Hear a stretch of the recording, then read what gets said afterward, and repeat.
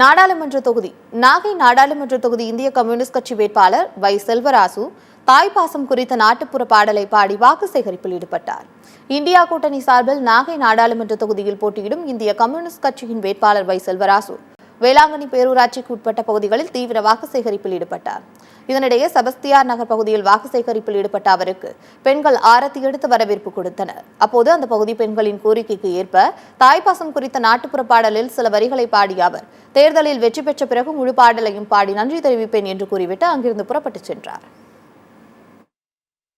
மறைந்தாலும் எனக்குள்ளே தாய் வாழ்கிறாள், நான் மறந்தாலும் அவள்தானே என்னை ஆள்கிறாள்.